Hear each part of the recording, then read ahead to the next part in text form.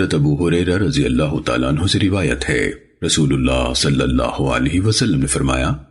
آدمی 70 سال تک نیک لوگوں والے کام کرتا رہتا ہے،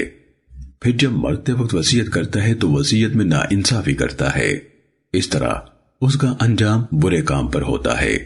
چنانچہ وہ جہنم میں چلا جاتا ہے۔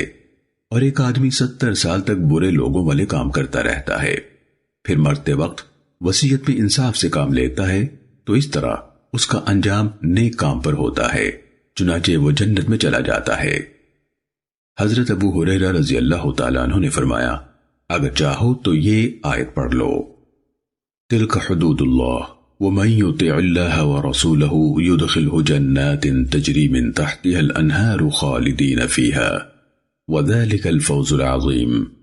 ومن يعص الله ورسوله ويتعد حدوده يدخله نارا خالدا فيها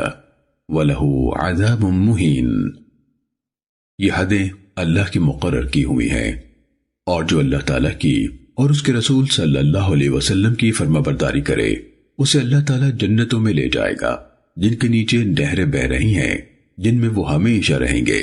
اور یہ بہت بڑی کامیابی ہے۔ اور جو شخص اللہ تعالیٰ کی اور اس کے رسول کی نافرمانی کرے اور اس کی مقررہ حدوں سے آگے نکلے، اسے وہ جہنم میں ڈال دے گا جس میں وہ ہمیشہ رہے گا، اور اس کے لیے رسوا کن عذاب ہے۔ سنن ابن ماجہ حدیث نمبر 2704۔